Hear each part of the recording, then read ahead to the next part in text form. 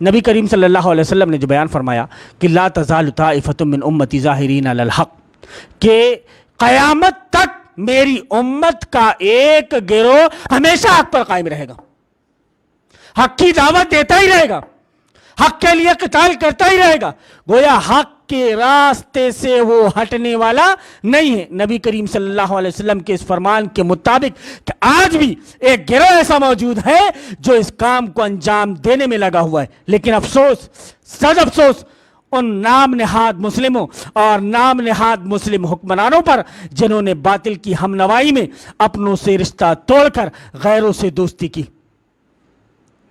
باطل کی ہمنوائی میں جو غلط ہے اس کو سپورٹ کرنے میں اپنوں سے رشتہ انہوں نے توڑ دیا اور غیروں سے انہوں نے اپنا رشتہ جوڑ لیا اور اپنوں کو مورد الزام قرار دے کر باطل کے قبیح چہرے کو خوشنما لباس میں ڈھانپ دیا۔ جو باطل تھا اس کو اتنا شاندار اس کا میک اپ کیا، اتنا شاندار اس کا میک اپ کیا کہ وہ بہترین لمبی داڑھی والا، سفید آبے والا، سر میں پگڑی والا۔ اب جو کوئی آدمی کسی کے بھی سامنے آپ سر میں پگڑی، لمبی داڑھی، مونچھیں چھوٹی اور سفید کرتا اور پیجامہ یا سفید ابا میں آپ کو اس کو پہنا کر لے جاؤ تو کوئی آدمی اس کو غیر بولے گا؟ کوئی آدمی اس کو غیر مسلم بولے گا؟ کوئی آدمی اس کو یہودی بولے گا؟ لیکن یہ علماء سو جنہوں نے قرآن کی تعلیم تو حاصل کی، یقرؤون القرآن فیتأولونہ، یتعلمون القرآن فیتأولونہ علی غیر ما انزل اللہ عز وجل، کہ قرآن کی تعلیم تو حاصل کریں گے لیکن تعویلیں پیش کریں گے۔ اب ہوا یہ کہ آپ دھوکہ کھا گئے، داڑھی دیکھ کر دھوکہ کھا گئے، پگڑی دیکھ کر دھوکہ کھا گئے، آپ یہ سفید کپڑے دیکھ کر دھوکہ کھا گئے آپ، جبکہ یہودی نے اپنے آدمی کو لا کر ممبر رسول پر کھڑا کر دیا۔ اب وہ وہاں سے یہ بتا رہا ہے کہ دیکھو آپ دوستی کر سکتے ہو۔ دیکھو گے آپ کہ امام حرم کا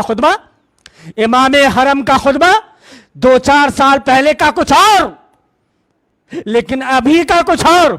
کیوں؟ کہ وہ متولی کا پٹھو ہے، وہ اس نے پورا کر دکھایا، چھے جائے کہ مومنوں کے سامنے اس کا یہ خوشنما لباس بھی کام نہ آ سکا۔ کتنا ہی چولے میں رہے، کتنا ہی چولے میں رہے۔ گدھا شیر کی کھال پہن لے، گدھا شیر کی کھال پہن لے، جب وہ چلائے گا تو ریکے گا، شیر کی طرح داڑ نہیں سکتا۔ لیکن وہ عقل کے اندھے جن کو آنکھوں سے نظر آ رہا ہے کہہ رہے یہ شیر ہے، شیر ہے۔ ایک مومن بندہ بول رہا ہے کہ دیکھ یہ ڈھیچو کیوں کر رہا ہے، شیر ہے تو دھاڑتا ہے، لیکن یہ دھاڑنے کے بجائے ڈھیچو کر رہا ہے۔ یہ شیر نہیں، یہ گدھا ہے۔ مومن بندوں کے سامنے اس کی یہ کھال کا پہن لینا اس کے کچھ کام نہیں آئے گا اللہ رب العالمین سے۔ اسی لیے شیطان نے یہ کہا تھا کہ اللہ عبادک منہم المخلصین، کہ اللہ رب العالمین تیرے جو مخلص بندے رہیں گے میں ان کو گمراہ تو نہیں کر سکتا، دوسروں کو کر سکتا ہوں لیکن تیرے مخلص بندوں کو میں گمراہ نہیں کر سکتا۔ اسی چیز کو یہاں پر ذکر کیا جا رہا ہے کہ اس نے پورا کر دکھایا، اچھے جائے کہ مومنوں کے سامنے اس کا یہ خوشنما لباس بھی کام نہ آ سکا، اور اس کے سامنے آج بھی یہ واضح ہے کہ صحیح کیا ہے اور غلط کیا، حق کیا ہے اور باطل کیا ہے۔ مومن یہ بات اچھی طرح سے جانتا ہے۔ کل قیامت کے دن جب اللہ رب العالمین مشرکین سے پوچھے گا کہ تم نے شیطان کی عبادت کیوں کی، تو شیطان کو رکوع و سجود نہ کرنے کے باوجود بھی یہ نہ کہہ سکے گا کہ ہم شیطان کی عبادت نہیں کرتے تھے، کہ یہ نہیں بولے گا وہ کہ ہم نے شیطان کی عبادت کہاں کی۔ جیسا کہ عدی بن حاتم رضی اللہ تعالیٰ عنہ نے نبی کریم صلی اللہ علیہ وسلم سے کہا تھا کہ اللہ کے رسول صلی اللہ علیہ وسلم ہم بس اتنا ہی کرتے تھے کہ وہ کسی چیز کو اگر حلال کر دیں تو ہم حلال سمجھ لیتے تھے، اگر کسی چیز کو حرام کر دیں تو ہم حرام سمجھ لیتے تھے۔ تو نبی کریم صلی اللہ علیہ وسلم نے بیان فرمایا کہ یہی تو ان کو رب بنانا ہوا۔ پھر رب کیسے کس کو ہیں؟ آپ کی رہنمائی اگر ایک عالم نے باطل کی طرف کر دی، ایک عالم نے اسلام سے پھیر کر آپ کو جمہوریت کی طرف لے کر کے گیا، تو آپ نے اس عالم کو اپنا رب بنا لیا۔